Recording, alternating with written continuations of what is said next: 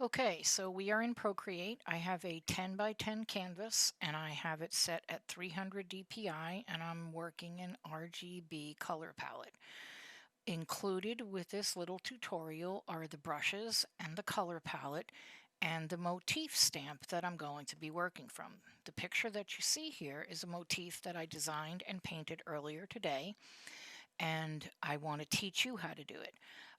The one that I do now might come out slightly different, but I wanted you to have a picture to start from. So I'm going to turn this off and make myself a new layer, and I'm going to pick my fan motif, and I'm going to pick a orangey color, like orange, and I'm going to put my motif down on the canvas. I'm going to center it. So I have this yellowy orange. Now I'm going to make another layer.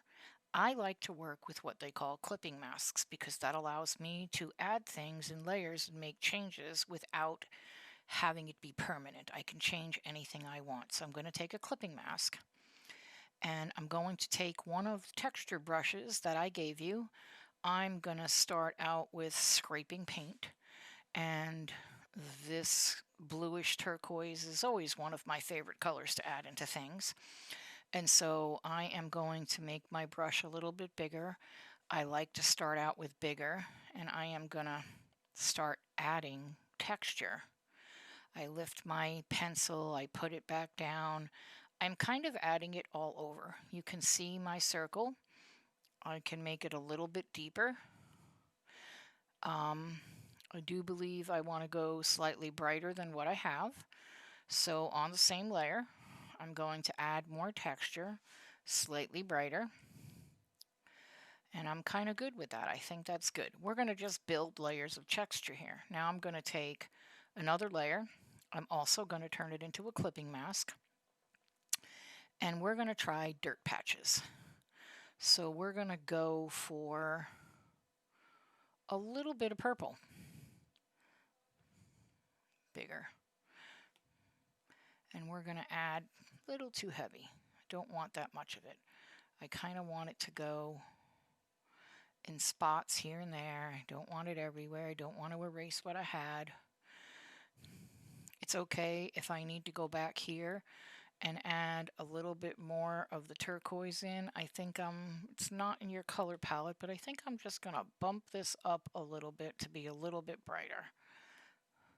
And I'm going to come back in here with the same texture, and I'm going to add it. Now I'm going to add another layer, and I think I want a bit of red in there, kind of a reddish orange. And so it's okay if you take the same texture brush. It's okay if you take a different one. We'll try cemented. I like to go a little bit bigger. Oh, turn on clipping mask. Nope, not exactly the color I wanted to go with. I want something brighter and more intense.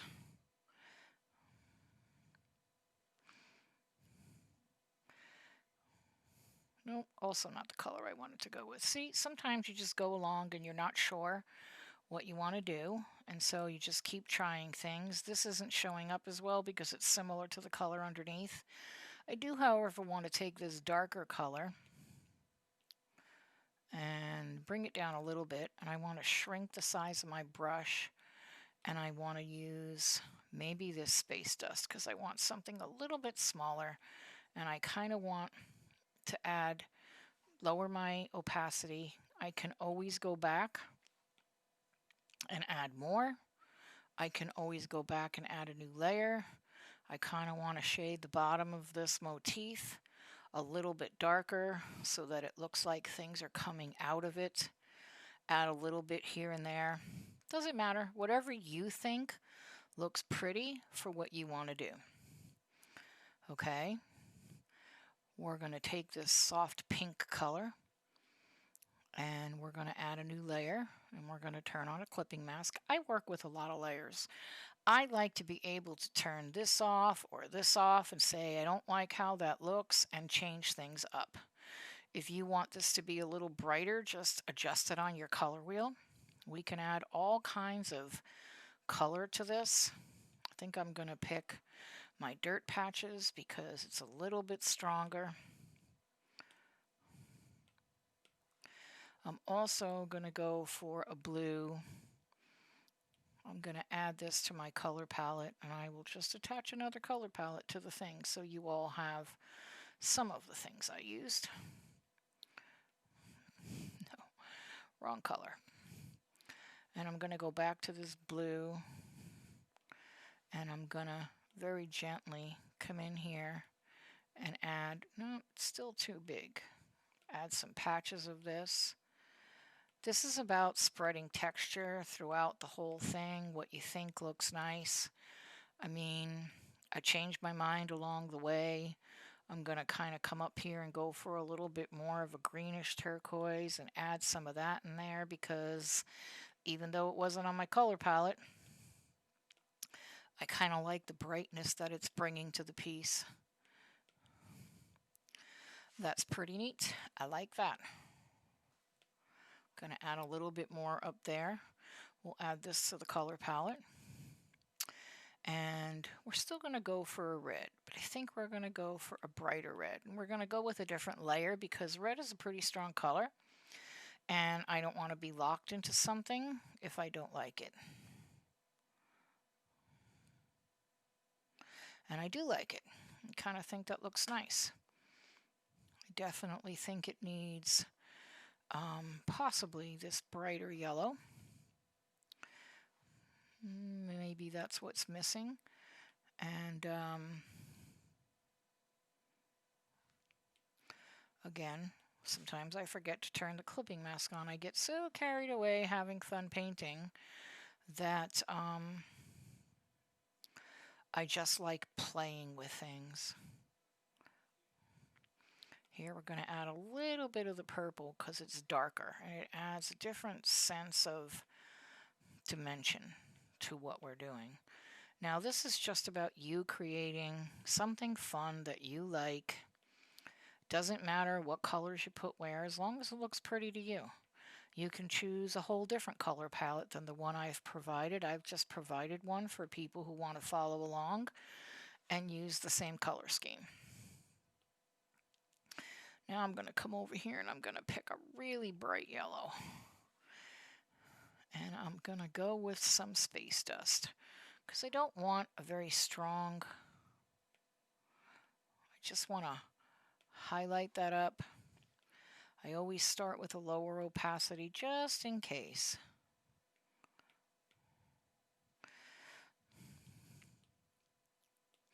Now, we have quite a few layers here. And if there's something we don't like, we can come in and we can change it. We can even change the base color. We can run it through blend modes. That is pretty. And so it created a totally different blend mode, and I kind of like that. And so I'm going to leave that one like that. And this came up as red. If you turn things on and off, you can also change the blend mode to these things, which may not change as much as if we had kept the bottom one the normal color. So what we can do to the bottom one is we can select that layer so that we have different blend mode abilities, and we can bring that into it, which gives it a different base color and bring it into the little ones on the side. I can also take a paintbrush. Whoop, that's not what I wanted to do. And make a clipping mask and just come in and change the base color of those things by adding blue to these little outer things that for some reason seem to be separate than the center. I will have to check my brush on that, but I'm kind of liking that. So now I'm just going to merge that one down because I want everything to be the same color down there. And that looks really pretty. So I'm going to leave that.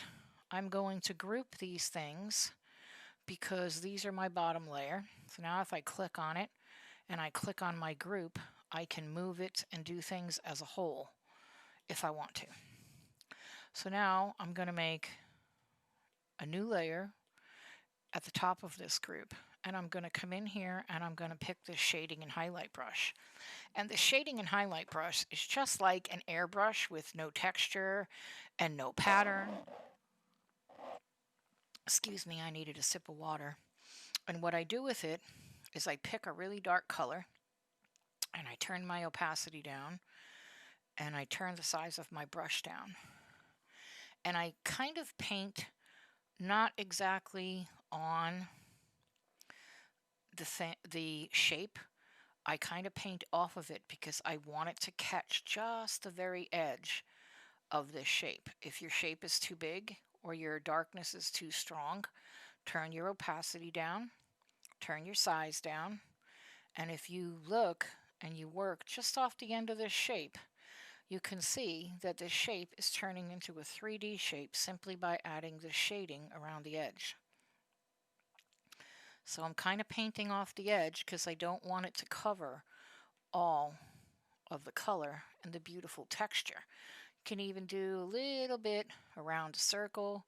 You can kind of touch a little bit on the inside of these things, and if you just catch the edge of these things, the edge of the circles down here, you can give everything a little bit of a touch as if it was actually curving.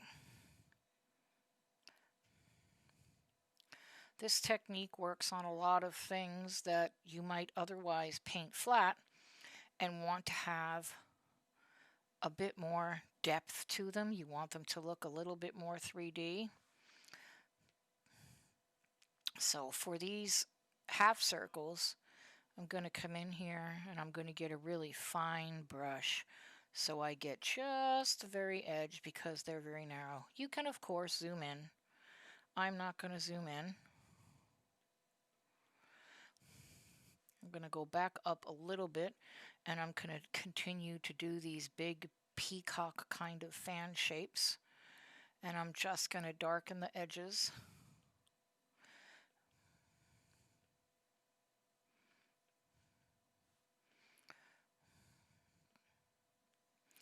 Because I think this is just a neat way to give something that would be flat a more interesting look. It's fun. I mean, then you could use this finished motif. You could put it in a bigger art piece. You could make a quilt, a digital quilt out of it. I've done that before.